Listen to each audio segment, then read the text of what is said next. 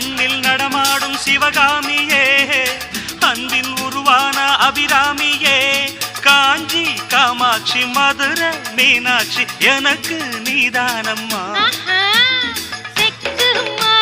சுத்தி வரலாம் ஊர் போய் சேராது. ததறின தரநர இந்த மோகம் ஒரு தலராகம் மயக்கம் தீராது.